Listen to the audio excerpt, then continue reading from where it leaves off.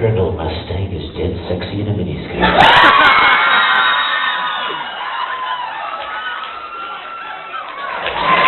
I love what she added. It says that on Ed's shirt, but then it says, but not near me. I love it. And you are... Nikayla. Yeah. Thank you, Nikayla. Thank you. Thank you so much. I love it. You're so sweet. This is great. Thank you. Did you have a question, or do you just want to give that to me?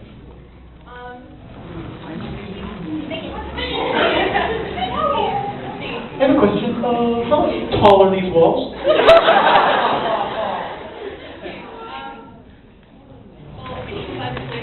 On average, how many gifts do you think you get from your fans? Wow. On average, how many gifts do I think I get from my fans? Well, too many already.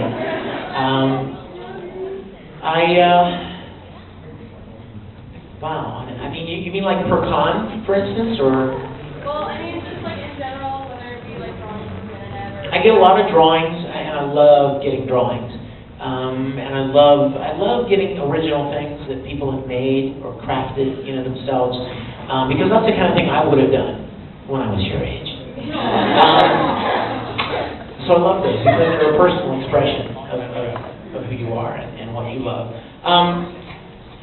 I started bringing a suitcase to the conventions with just some CDs and stuff that I want to bring with me, and usually that suitcase is empty of CDs when I go home. It's one of the little carry-on ones, but it's perfect because I can put the presents that people give me in that, so it kind of works out really well. And I want you guys to know I keep everything I'm ever given.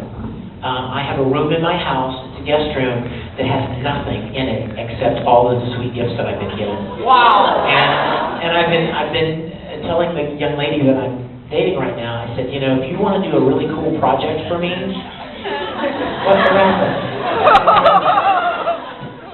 If you want to do a really neat project for me, come to my house and organize all of this stuff.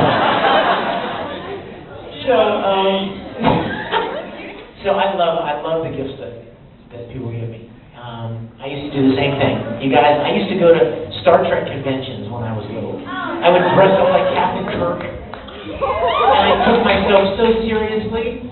And I would go to these conventions, and Jimmy Doohan, who played Scotty, would be there, or George Takei would be there, or Zulu, or whoever was there, and I would make them things and give it to them and stuff. So I want you to know something. I know you. I know who you are. I remember that, and I love it, and I think the world of it. And I know what it means to you, and I really appreciate it. What's it like doing voice acting for this character, and you mean like the other voice actors that play the roles for like the other characters in a series, like Son Goku off the Sayuki? If you ever met Greg Ayers, what's it like meeting him after doing this role? Well, Greg and I are good friends. I know Greg. The interesting thing about voice acting, you guys, is that, I don't know if you know this or not, but you record by yourself. So anytime you hear a conversation between two characters, and they're not really having a conversation, they need to sound like they are.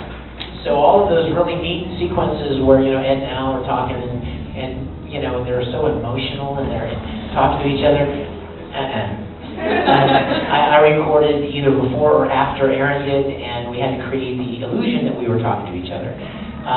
However, we do often meet each other, either coming in and out of the studio or hanging around the studio in between sessions or at conventions. I've met a lot of people from other markets and other studios at conventions. I did a convention years ago and met some people from Funimation in Dallas. Well, now I'm in Houston and they're in Dallas, and at this point, nobody from Houston worked in Dallas. Dallas had their actors, and Houston had theirs, and never the twain shall meet. But